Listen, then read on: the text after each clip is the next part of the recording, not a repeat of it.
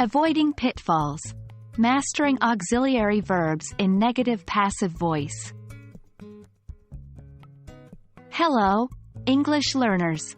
Welcome to our tutorial on mastering the use of auxiliary verbs in the English passive voice, particularly when forming negative statements.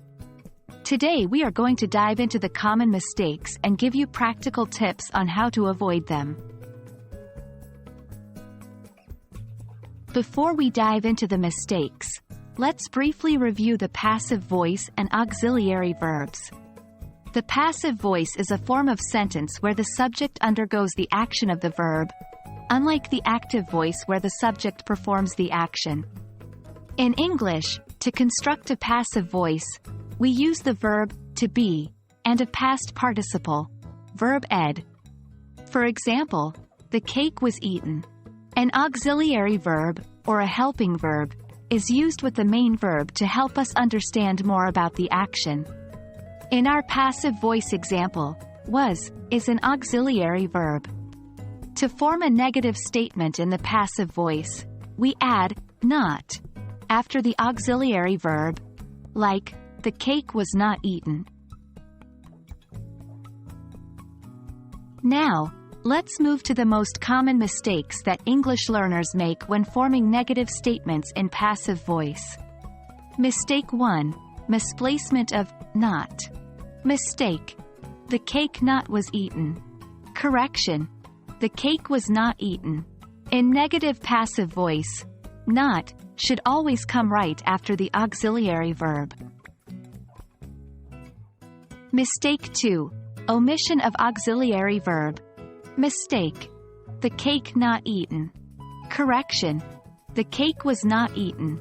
In passive voice, we can't omit the auxiliary verb, even in negative sentences. Mistake 3. Wrong auxiliary verb. Mistake. The cake did not eaten. Correction. The cake was not eaten. Remember, in passive voice, we use the verb to be as the auxiliary verb. So, it should be was or were for past tense, is or are for present tense, and will be for future tense. Here are some tips to help you avoid these common mistakes. 1. Always remember the correct order. Subject plus auxiliary verb plus not plus past participle. 2.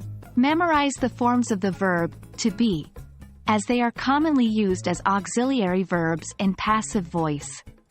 3. Practice. The more you use the passive voice, the more natural it will feel. So there you have it, a quick guide on mastering auxiliary verbs in negative passive voice. Remember, mistakes are part of learning, so don't get discouraged if you make them. With time and practice, you'll become proficient at using the passive voice in your English communication. Thanks for tuning in and keep practicing.